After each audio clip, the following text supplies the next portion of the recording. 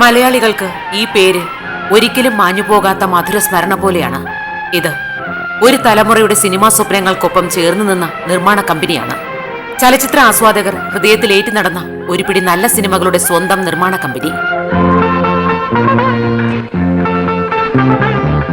ഓർമ്മിക്കുന്നുണ്ടോ മലയാള സിനിമയിൽ കൊടിപാറിച്ച ഈ വമ്പൻ ബാനറിന്റെ അമരക്കാരനെ, ജോസഫ് എന്ന ഈ ചെറുപുഷ്പ മുതലാളിയെ, സിനിമാ ലോകത്തിന്റെ ആകെ കൊച്ചേട്ടനെ? ഇല്ല, ഓർമ്മിക്കാതിരിക്കാനാവില്ല ഈ മനുഷ്യനെ. നമ്മുടെ സിനിമയെ അത്രത്തോളം സമ്പന്നമാക്കിയ ഒരാളാണ് ഇദ്ദേഹം. സിനിമ ആസ്വാദകർക്കും ചലച്ചിത്ര ലോകത്തിനും അത്രമേൽ പ്രിയപ്പെട്ടവനാണ് ഈ കൊച്ചേട്ടൻ. എൻ്റെ ഗ്രാൻഡ് ഫാദർ കർഷകനായിരുന്നു. അദ്ദേഹത്തിൻ്റെ 3 ആൺമക്കളിൽ ഇളയവനായ എൻ്റെ ഫാദറിനെ വിദ്യാഭ്യാസം ചെയ്യിച്ച് സ്കൂൾ മാസ്റ്ററാക്കി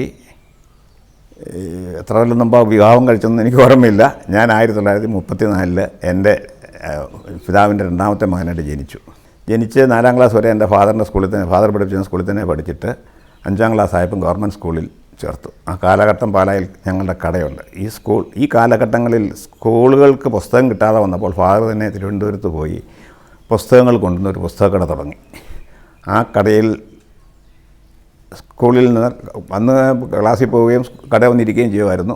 അത് കഴിഞ്ഞ് എന്നെ 4ും 5ഉം ക്ലാസ് കഴിഞ്ഞപ്പോഴത്തേക്ക് എൻ്റെ ഫാദറിൻ്റെ സ്നേഹിതൻ, സാറേ ഇവനെ മലയാളം പഠിപ്പിക്കാതെ ഇംഗ്ലീഷിൽ വിടണമെന്ന് പറഞ്ഞു. ഉടനെ 5ഉം 6ഉം കഴിഞ്ഞ് ഞാൻ പിന്നെയും പ്രിപ്പറേറ്ററി പോയി ചേർന്നു. പ്രിപ്പറേറ്ററി ഫസ്റ്റ്, സെക്കൻഡ്, തേർഡ് മുതൽ കാലത്തെ കടയിലേക്ക് താക്കോലെടുത്തുകൊണ്ട് കട തുറക്കാൻ പോവുകയും തുറന്ന് തൂത്തുകൊടുത്ത് വൃത്തിയാക്കി കഴിയുമ്പോൾ ഫാദർ വരികയും അത് കഴിഞ്ഞ് സ്കൂളിലേക്ക് പോവുകയും, സ്കൂളിൽ പോയി കഴിഞ്ഞ് ഉച്ചയ്ക്ക് അന്ന് 4 അണ കൊടുത്താൽ ഹോട്ടലിൽ 4 അണ കൊടുത്ത് ഹോട്ടലിൽ ഊണ് കഴിഞ്ഞ് കടയിൽ തിരിച്ചു വരും ഫാദറിനെ ഉണ്ണാൻ വിടാനായിട്ട്.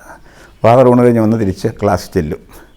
ക്ലാസ്സിൽ ചെന്ന് കഴിയുമ്പോഴത്തേക്കും സാർ മിക്കവാറും 2 മിനിറ്റ് 3 മിനിറ്റ് ലേറ്റാണ്. അങ്ങനെ പതിവായിട്ട് പോകുമ്പോൾ ക്ലാസ് ടീച്ചറൊക്കെ പറയും, നീ പഠിക്കാനല്ല ബിസിനസ്സിന് വേണ്ടി വന്നതാ എന്ന് പറഞ്ഞ് തമാശയായിട്ടൊക്കെ പറയുമായിരുന്നു.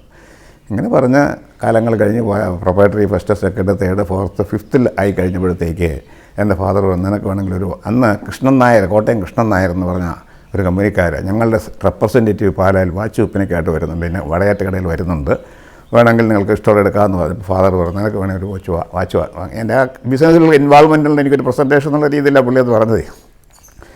അപ്പോൾ ഞാൻ പറഞ്ഞപ്പോൾ ഞാൻ ആ ഇടയ്ക്ക് പാലാ സെൻറ്റ് ജോസഫ് ട്യൂട്ടോറിയൽസിൽ ടൈപ്പ് റൈറ്റിങ്ങും കൂടി പഠിച്ചുകൊണ്ടിരുന്നു. ടൈപ്പ് റൈറ്റിംഗ് പഠിച്ചു. ആ ഇടയ്ക്ക് ഇൻസ്ട്രേറ്റഡ് വീക്കിലിട്ട് നോക്കി ഈ വാച്ച് കമ്പനിക്കാരുടെ പേരുകൾ മനസ്സിലാക്കി. അന്ന് പാലായിൽ ടൈപ്പ് ചെയ്ത് കൊടുക്കുന്ന ഒരു ഇൻസ്റ്റിറ്റ്യൂഷൻ ഉണ്ടായിരുന്നു. അവരിൽ നിന്നൊരു കാർഡ് ജോസഫ് എൻ്റെ പേര് വെച്ച് വാച്ച് ഡീലർ പാലാന്നും പറഞ്ഞാൽ, ഞങ്ങൾക്ക് ഡിപ്പോ ഉണ്ട്, ചെറുപുഷ്പം ഡിപ്പോ എന്ന് പറഞ്ഞൊരു പേരുണ്ട്. വാച്ച് ഡീലർ എന്നുള്ള പേര് വെച്ച് ഞാൻ കാറ്റലോഗിൽ എഴുതി. അവർ വന്നു കഴിഞ്ഞപ്പോൾ 6 വാച്ചിന് ഒരുമിച്ച് ഓർഡർ ചെയ്ത് കഴിഞ്ഞാൽ 25% കമ്മീഷൻ തരാമെന്ന് കണ്ടു. അതിൽ അട്രാക്ഷൻ തോന്നി. ഉടനെ ഫാദർ തന്നിരിക്കുന്നത് 300 രൂപ, 100 രൂപ എന്ന് പറഞ്ഞാൽ അങ്ങനെയാണ് കൂടുതൽ വാങ്ങിക്കുന്നത്. അതുകൊണ്ട് 3 വാച്ച് സ്റ്റോക്കുള്ളത്, 3 വാച്ച് ഓർഡർ ഇല്ലാത്തതായിട്ടുള്ള കമ്പനി ഇല്ലാത്തതായ 6 വാച്ചിന് ഓർഡർ ചെയ്തു. ആ ഓർഡർ ചെയ്തതിൽ 3 വാച്ച് പാഴ്സലായിട്ട് അയച്ച് VP വന്നു കഴിഞ്ഞപ്പോൾ 300 രൂപ വാങ്ങി വെച്ചടാ. ഈ 100 രൂപയുടെ വാച്ച് മേടിക്കാൻ പറഞ്ഞിട്ട് എന്തിനാ 300 രൂപയുടെ വാച്ച് മേടിച്ച്? ഞാൻ പറഞ്ഞു എൻ്റെ കൂട്ടുകാരുണ്ട് ഇവരോട് പറഞ്ഞിട്ട് അതിനാണെന്ന് പറഞ്ഞ് വാച്ച് ക്ലിയർ ചെയ്ത് കയ്യൊക്കെ കെട്ടി ക്ലാസ് പോയി. അന്ന് 5th പഠിക്കുകയാണ്. കൊണ്ട് വാച്ചൊക്കെ കെട്ടി ആദ്യം ചെല്ലുന്നതിൻ്റെ ആ മേൽമയ്ക്ക് മറ്റുള്ള ക്ലാസ്സിൽ നിന്ന് വാച്ചുകളൊക്കെ ഉള്ളവർ വളരെ ചുരുക്കമായിട്ട് 1-2 പേരുണ്ടെങ്കിലും ഇല്ല, ചുരുക്കമായിട്ടില്ല. സാർമാർ തന്നെ വാച്ചൊക്കെ കിട്ടുന്ന കാലങ്ങളാണ്. ഇല്ല, എന്നുള്ള വശങ്ങളുള്ള കാലങ്ങളല്ല. ഇതൊക്കെ ആളുകളൊക്കെ ഒന്ന് കാണാനായിട്ട് ചൊറിച്ചിലൊക്കെ ആയിട്ട് കണ്ടു കഴിയുമ്പോൾ എൻ്റെ ക്ലാസ് ടീച്ചറാണ് ആ ജോസഫ് ഇങ്ങോനെ താൻ വാച്ചൊക്കെ മേടിച്ചു. മേടിച്ച് സാറേ എന്നാണ്. സാറ് മേടിച്ച് കണ്ടു വർത്താനൊക്കെ പറഞ്ഞു. തന്നെ വിലയാന്ന് ചോദിച്ചു. 148 രൂപ വിലയാണ്. കൊള്ളാം, നല്ല വാച്ചാണ്, എനിക്ക് ആ വാച്ച് വേണമെന്ന് പറഞ്ഞു. ശരി, ആദ്യമേ അന്ന് തന്നെ സാറിന് ഞാൻ വാച്ച് കച്ചവടം ചെയ്തു. ഉച്ചയ്ക്ക് എന്നപ്പോൾ ഫാദർ ചോദിച്ചു എന്തിനാ വാച്ച്? അത് ഞാൻ എൻ്റെ ക്ലാസ് ടീച്ചറിന് വേണമെന്ന് പറഞ്ഞു. അന്ന് ഞാൻ പറഞ്ഞില്ലേ 3 പേർക്ക് കൊടുക്കണമെന്ന്. അത് വാങ്ങി കൊടുത്തു. 2ാമത്തെ വാച്ച് എടുത്ത് കിട്ടി. ക്ലാസ്സിൽ പോയി. അതും വേറെ അവിടെ ആരും വാങ്ങി അന്നല്ല, അത് പിറ്റേ ദിവസം 3-ാം പോക്ക്.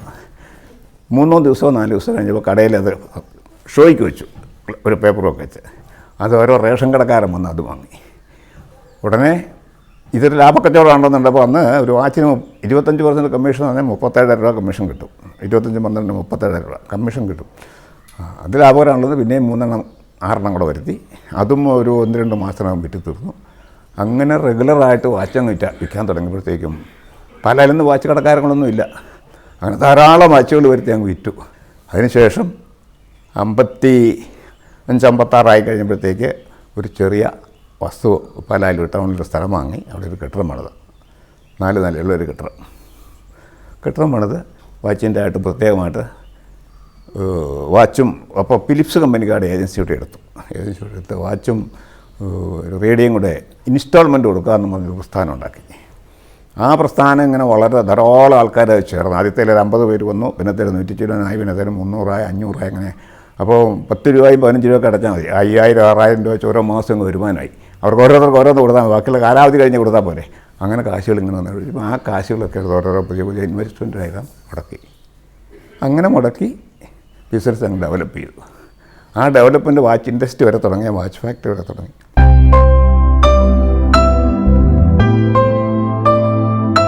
സ്വന്തം ജീവിതം എന്തായിരിക്കണമെന്നും ഏതു വഴിയിലൂടെ ആവണമെന്നും ബാല്യത്തിലെ നിശ്ചയിച്ചുറപ്പിച്ചിരുന്നു ജോസഫ്. കൊച്ചു വ്യവസായി ആദ്യകാലങ്ങളിൽ കൊയ്തതത്രയും നേട്ടങ്ങൾ മാത്രമാണ്. സ്വന്തമായി അധ്വാനിച്ചുണ്ടാക്കിയ പണവുമായി പിന്നീട് ഇദ്ദേഹം സിനിമയിൽ മുതൽ മുടക്കാൻ ഇറങ്ങുകയായിരുന്നു. സിനിമയിൽ പക്ഷേ ശോഭനമായിരുന്നില്ല ജോസഫിന്റെ തുടക്കം. പാലായിലെ യൂണിവേഴ്സൽ തിയേറ്ററിൻ്റെ ഉടമസ്ഥനായ ജോസ് തോമസ് പടിഞ്ഞാറക്കര, മുൻ മുനിസിപ്പൽ മരിച്ചുപോയി. അദ്ദേഹം വളരെ എൻ്റെ ഈ പൈസ കണ്ടപ്പോൾ അദ്ദേഹം എൻ്റെ സ്നേഹിതൻ അങ്ങനെ പറഞ്ഞു, ചേട്ടാ നമുക്കിതൊരു ലൈനാ, സിനിമയിലാണ് കൂടുതൽ കാശ് ഉണ്ടാക്കുന്നില്ല, ബിസിനസ് ചെയ്യാമെന്ന് പറഞ്ഞ് എൻ്റെ അടുക്ക വരികയും ഞാനും അദ്ദേഹവും കൂടെ ഇപ്പോൾ ഞാൻ പറഞ്ഞു എനിക്കത് താല്പര്യമില്ല, അതൊക്കെ റിസ്ക്കുള്ള ബിസിനസ് എന്ന് പറഞ്ഞ് കേട്ടിട്ട് താല്പര്യമില്ല എന്ന് പറഞ്ഞപ്പോൾ അതല്ല, നമുക്ക് റിസ്ക് കൂടാതെ ചെയ്യാമെന്ന് പറഞ്ഞ് ആദ്യമായിട്ട് ഒരു പടത്തിന് ഫൈനാൻസ് ചെയ്യാമെന്ന് പറഞ്ഞ് സത്യനും വിജയ് നിർമ്മലെ അഭിനയിച്ചിരുന്ന AN തമ്പി എന്ന ഡയറക്ടറുടെ ഡയറക്ഷനിലുള്ളൊരു പടം നിശാഗന്ധി എന്നുള്ളൊരു പടത്തിന് വേണ്ടി 25,000 രൂപ അഡ്വാൻസ് ചെയ്ത് ജിയോ പിക്ചേഴ്സിന് ഡിസ്ട്രിബ്യൂഷൻ കൊടുത്തു. ആ പടം അവരെ ഡിസ്ട്രിബ്യൂഷൻ റൈറ്റ് വെച്ച് പടം തീർക്കാത്ത വന്നപ്പോൾ ബാക്കിയോടെ പോയി തീർത്ത് തരണമെന്ന് പറഞ്ഞു. അങ്ങനെ ഏതാണ്ട് 1,00,000 രൂപയോളം മുടക്കി ആ പടം തീർത്തു കൊടുത്തു. റിലീസ് ചെയ്ത് കഴിഞ്ഞപ്പോഴത്തേക്കും ഫ്ലോപ്പായിരുന്നു. സത്താറിനെ നായകനാക്കി, പുതുമുഖ നായകനാക്കി അനാവരണം എന്ന പടം ഞങ്ങൾ ഷൂട്ട് ചെയ്ത് പാലായിലും പുനരുമായിട്ട് ഷൂട്ട് ചെയ്ത് റിലീസ് ചെയ്തു. അപ്പോൾ സ്വന്തമായിട്ട് ഡിസ്ട്രിബ്യൂഷനായിരുന്നു. അങ്ങനെ റിലീസ് ചെയ്തു. അതും റിസൾട്ട് വന്നപ്പോൾ മോശമായിരുന്നു.